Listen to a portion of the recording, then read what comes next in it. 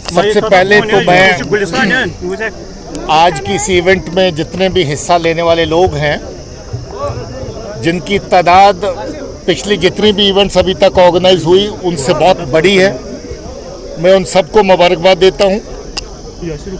दूसरा, जो हमारी जम्मू कश्मीर आर्म पुलिस जावेद गलानी साहब और उनकी टीम जिन्होंने ये इवेंट ऑर्गेनाइज करी, उनको मुबारक देता हूं कि बहुत अच्छे से इस इवेंट को ऑर्गेनाइज किया। और तीसरा, आज के जो इनाम जीतने वाले बच्चे हैं अलग अलग कैटेगरीज में, 7 कैटेगरी में, जिसमें छोटे बच्चे भी हैं, जूनियर भी हैं, सीनियर भी हैं और वेटरन भी है और ख़ास तौर पे बच्चियां भी हैं, उन सबको मुबारक देता हूं कि उन्होंने इस इवेंट में हिस्सा लिया और अपने अपनी पोजीशन भी हासिल करी।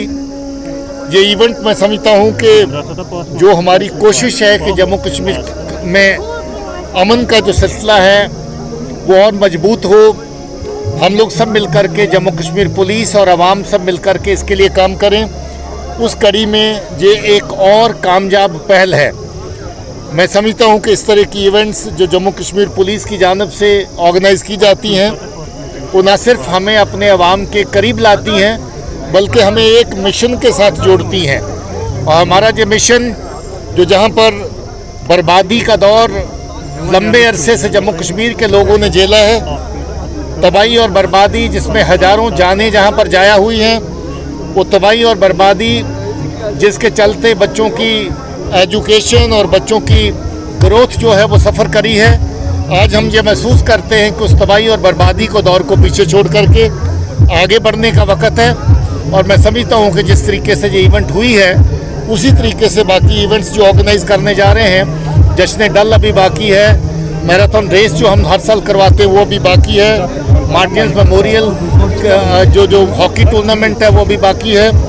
इसी तरीके से ऑल इंडिया लेवल के टूर्नामेंट्स जो जम्मू कश्मीर पुलिस को लॉट हुए हैं वो अभी बाकी हैं।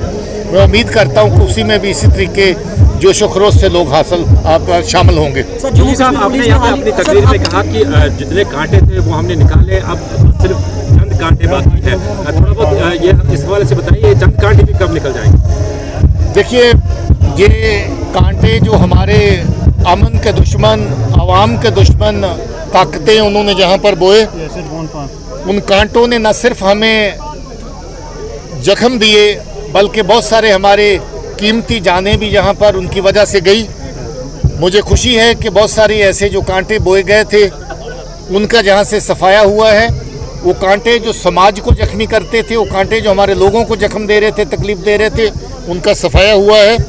और जो कुछ बचे हैं उनके लिए भी सब कारगर कदम इस वक्त उठाए जा रहे हैं। उसमें अवाम का साथ हमारे साथ है और मैं समझता हूँ कि ज़्यादा वक्त नहीं लगेगा कि बचे हुए जो हमारे इस तरह के अंसर हैं उनको भी सफाया किया जाएगा। सर, कांटों की बात कर रहे हैं तो जम्मू कश्मीर पुलिस पिछले 3 सालों से एक सफलता बनाए रखी हुई है कि मिलिटेंट में कोई लीडरशिप सामने नहीं आ रही। कितनी सफलता की बात है कि वो ख़त्म होने से मिलिटेंसी में कमी आ रही है? देखिए, मैं इसका भी श्रेय जो है अवाम को देना चाहता हूँ, लोगों को देना चाहता हूँ। कोई भी मिशन कामयाब नहीं होता जब तक लोग आपके साथ ना हों। मैं कल शोपियाँ गया था, मुझे बेहद खुशी हुई। हमारा थाना दिवस था, वहाँ पर सैकड़ों की तादाद में नौजवान, बच्चे, बच्चियाँ सब लोग वहाँ पर आए।